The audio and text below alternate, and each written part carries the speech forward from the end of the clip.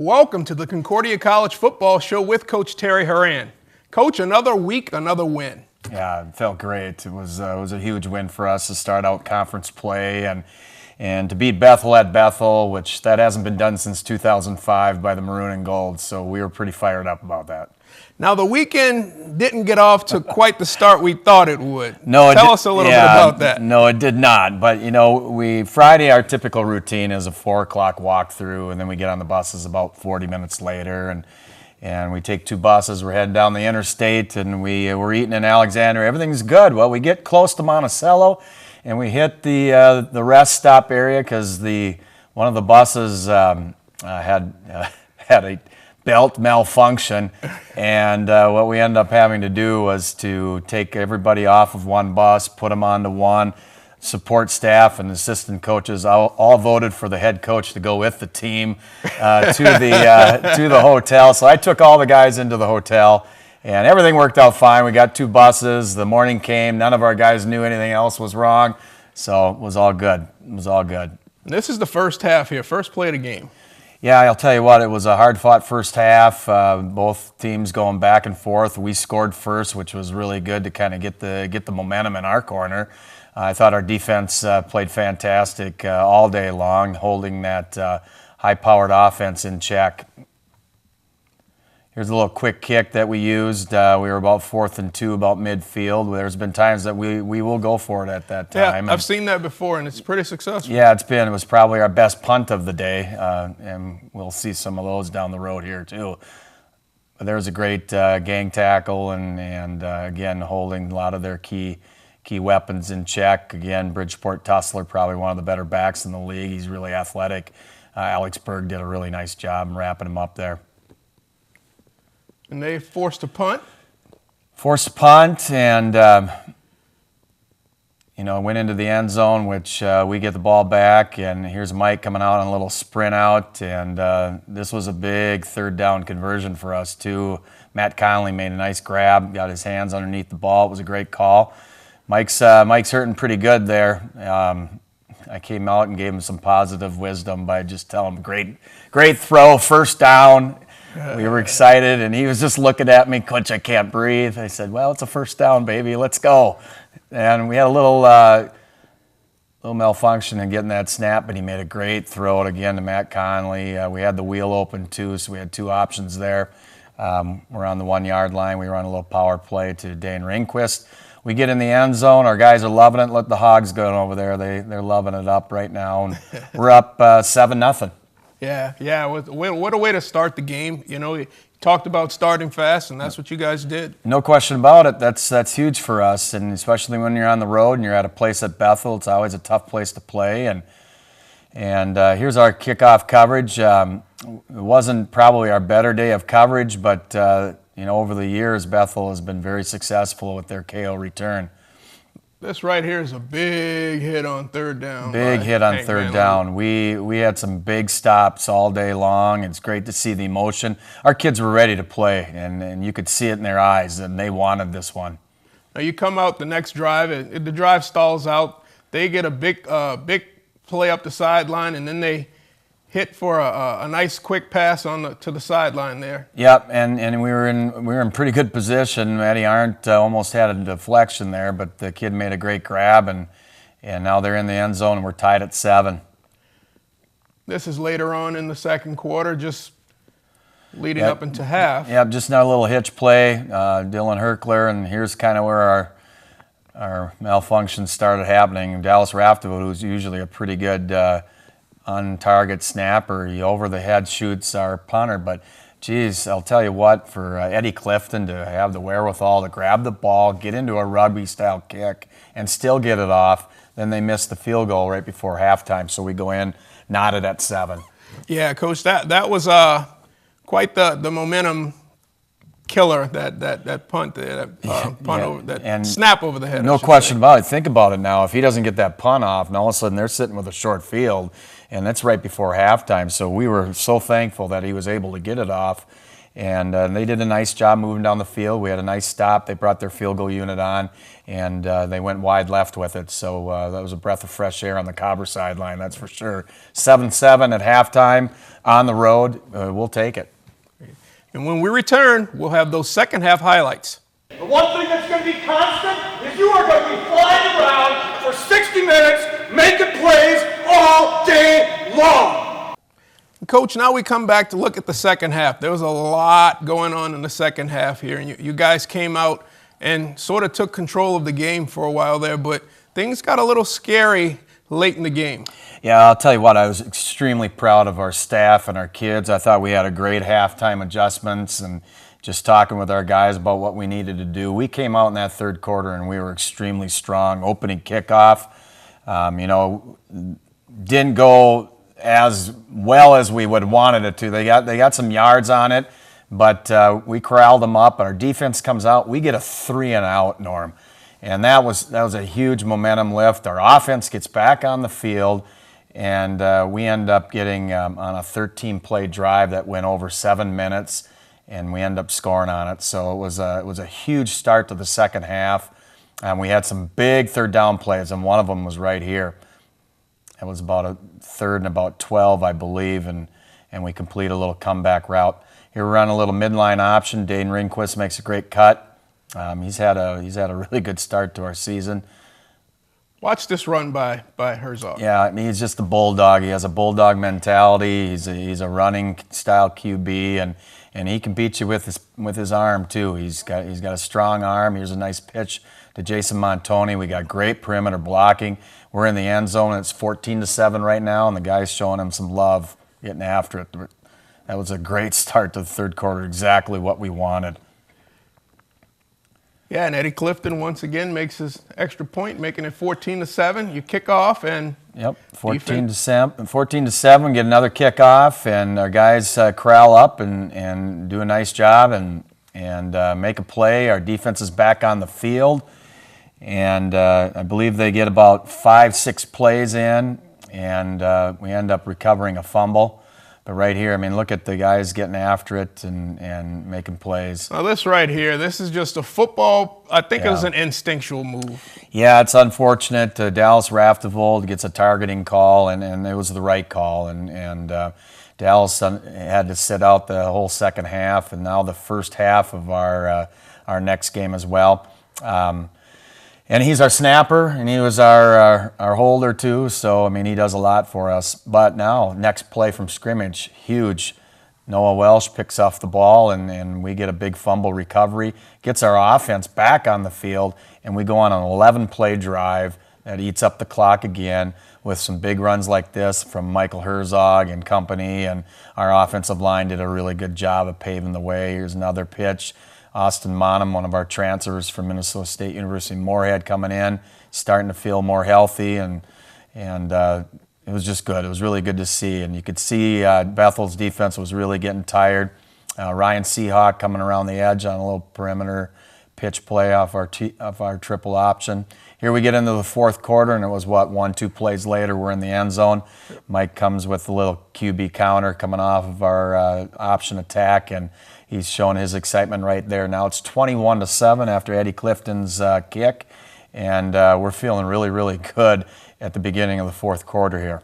Yeah, the offense was really, really feeling good, and you could tell in the first half that you guys were finding some creases in that defense. Yeah, no question about it. And you know what was really great to see is both sides of the ball were really feeding off each other. Our kids, again, I'll say it, we were into this game.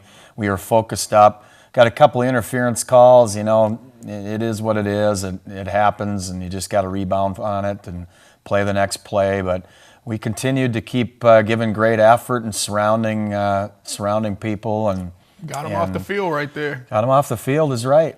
Guys just continue to keep battling. They lost their quarterback on this play. Yeah, I'm not sure what happened to them. They brought in their backup, and you know, he led to one of their scoring drives, and he's a good athlete too, Trey Anderson. And here's our second snap. So again, Eddie Clifton, he's able to pick the ball up and stay poised enough and rugby style kick it. And Bridgeport Tussler comes up, makes a good catch, gets about 3 or 4 extra yards. And here's the game winner right here. A little Hank Van, was that? No, this was right before they scored. Okay. This quarterback utilizes his feet a lot more. Yeah, he is. He's athletic. He played against us last year, and his dad was a very good quarterback for Bethel back in the days too. Here's our big this block. Was huge right here. Yeah, Coach Mistro, our special teams coordinator, he put this in this week, and we just felt we could put some pressure in the A gaps and get our big paws in the hair with Colton Mingus and Andy McDonald. He almost hit on a third down play there, had to give the ball up, and here comes Bethel. Yep, just missed it, and now he's athletic, and that ends it for us. Now the best formation of all is a victory formation and taking the knee, and I love this play right here. It's my favorite. There it is. It's a good win for us, Norm. It was a great win for us to start out conference play. It's just one game, though. We know that, and now we run into a bye week here, and we get into Gustavus. Coach, being on the sideline for that game, I could totally feel the momentum shifts all through the game. It was very, very exciting. You guys came in with a message to punch, punch, punch, and finish the process, so to say. And that's what you did. The guys really did. You wanted to finish. Guys talked about having a hard time finishing sometimes. You guys came out and finished this one. Yeah, thanks, Norman. We talked about that all week. We thought against Wisconsin-Eau Claire, we had 3 really good quarters. We weren't pleased with our fourth quarter and certainly in the way we finished that game. And that was kind of the message all week. And our kids, you got to give them credit. They went out and they executed. They got after it. They played with a lot of emotion and excitement. And it's great to see them smiling after a hard-fought win. Yeah, you mentioned that in the locker room before the game. You wanted them to wear their smiles. Yeah, no question about it. A few of our coaches keep talking about that to our kids, and it's important that they do because it's still a game, and they got to have fun. And when we're playing relaxed, we're flying around making plays in all 3 phases. Yeah. When we return, we'll catch up with senior defensive back Matt Ahrndt. Listen up, listen up. Hey, get in there. We're now joined by senior defensive back and captain Matt Ahrndt. Matt, thanks for joining us today. Absolutely. Why don't you tell us a little bit about yourself, like where you're from? Sure. My name is Matt Ahrndt. I'm a senior from Benson, Minnesota, located in the west central part of the state, and I play strong safety for the Concordia-Cobber Blackshirt defense. Now, you went to Benson High School. You were a 3-sport athlete at Benson High School, football, basketball, and baseball.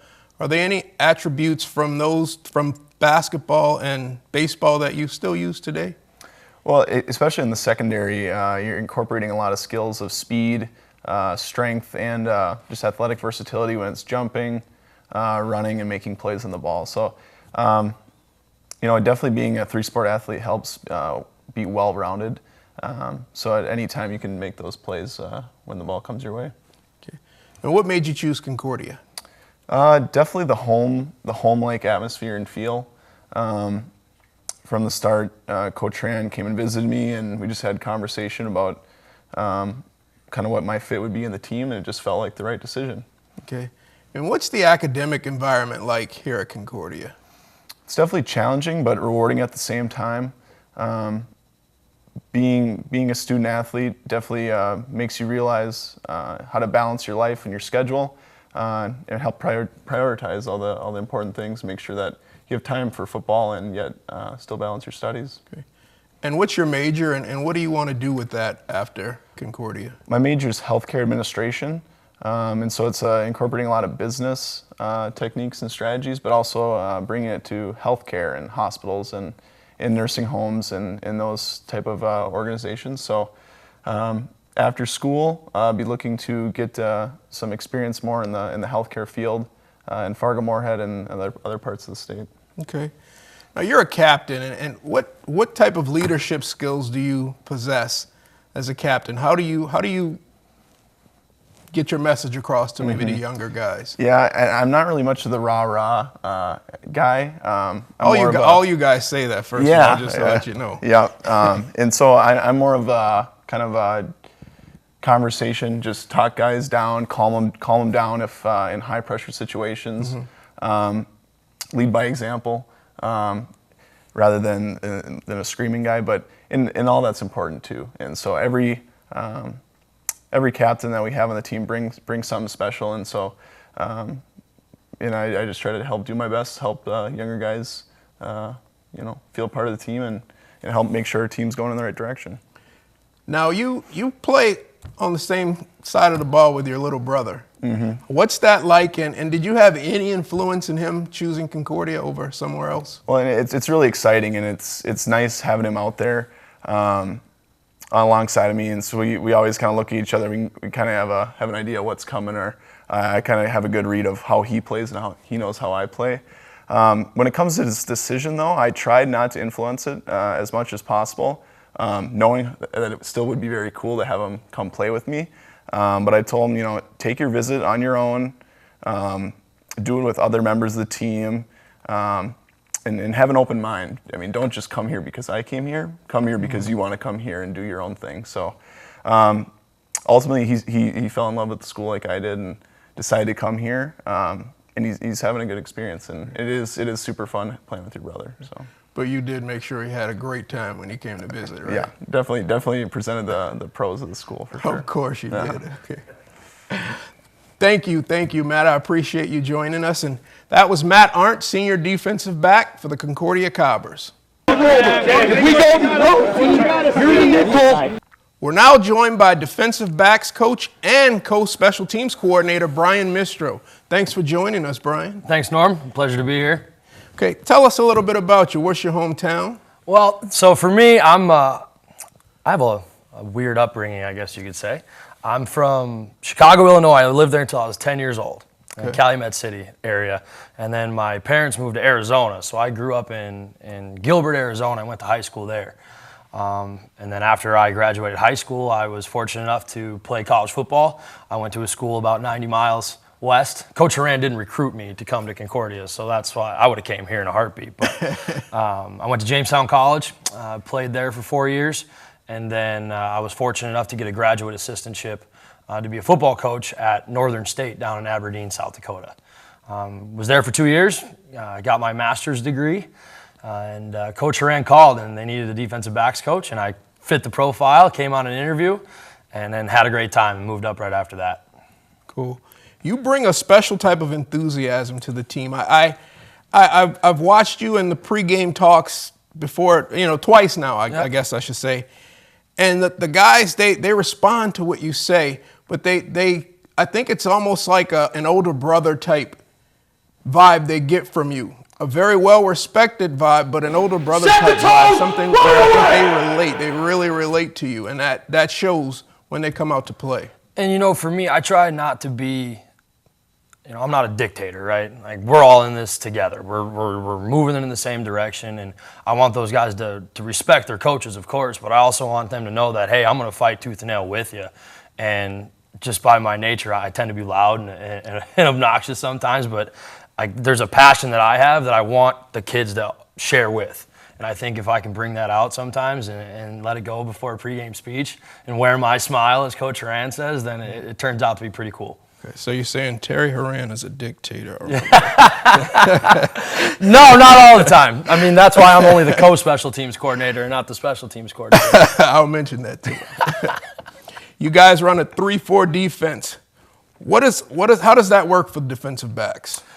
For us, and I tell our safeties need to be the general of our defense. We need to make sure that all the linebackers know what they're doing in coverage, as well as our corners. I tell our corners, though, they need to be dumb and athletic. I really want those guys to be dumb and athletic. Don't think too much, because corner is one of the hardest positions to play. That it is. One of the easiest ones to know, but one of the hardest ones to play. And so if I can get those guys zoned in and knowing what they need to do from their safety telling them what to do, they can really just focus on that, and they don't have to think as much.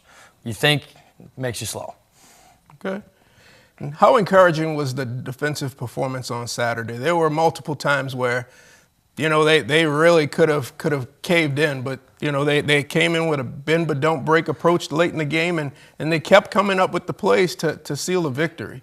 I think that's something that we really want to pride ourselves on is okay, we can't let the big play happen. In the first week of the season, that was something that we allowed, and we didn't want let that go in further in down the year. So we talked to our guys about, hey, we're going to play some of our base stuff, guys. Let's do it well. Make the game smaller than it needs to be. If your read is to read this guy, make it a one-on-one game. Don't make it an 11-on-11. Make it a one-on-one. You do your job, and we're going to be just fine. And over the course of the game, you could see that happening. We just started falling into the right places. Now, they missed some plays, too, over on the other side, but I think for us, ultimately, we did our job, and we had a great time. It was a great job by you and the defensive coaches for getting those guys in the right position and to hold on for that victory. Yeah, they make us look good sometimes. I mean, I'll tell you what, Coach Bakken's calling the D, and I'm up in the box, and there's a couple of times where we get a play call in and say, hey, we know where our holes are at, and let's make sure that we cover those up and make the plays when they present them. That was defensive backs coach / co-special teams coordinator Brian Mistro. There's nothing better for me as a football coach than to watch all of you guys jacked up, happy, having fun, flying around, playing this game with each other. Coach, you guys have a bye week this week. You get a chance to rest up, maybe, heal a few injuries, and then it's on to Gustavus. Yeah, no question about it. I don't know if a bye week can ever come at a good time, and to be honest with you, but we haven't had one in the middle of our season for a while. We'll take it. We do have some boys that need to heal up. We have a couple offensive linemen that haven't played a whole lot for us that are upperclassmen that we need. We have probably one of our top defensive ends that hasn't played the last couple of weeks, and we need him to heal up. So this comes at a good time. We'll have 3 practice days. It's still a good work day for us. We got to get some things accomplished, and we got to get better, but we'll probably idle back on some of our periods, and then we'll give the kids Friday and Saturday off to go home. When you start in the middle of August, they don't have a whole lot of time, to go back home and see parents and family other than at games for a little bit, So give our kids a few days off and be back in on Sunday getting ready to go for Gustavus. And we know what we're going to be seeing from Gustavus. They're going to be probably, right now they're undefeated. They play Hamlin this weekend, and Hamlin's undefeated, so it should be a pretty good contest. They're a well-coached football team. They changed their defense up a little bit. They used to be an even front. They've gone on to a 3-4. So we're going to have to study that up a little bit. And offensively, boy, they've been pretty even, Steven.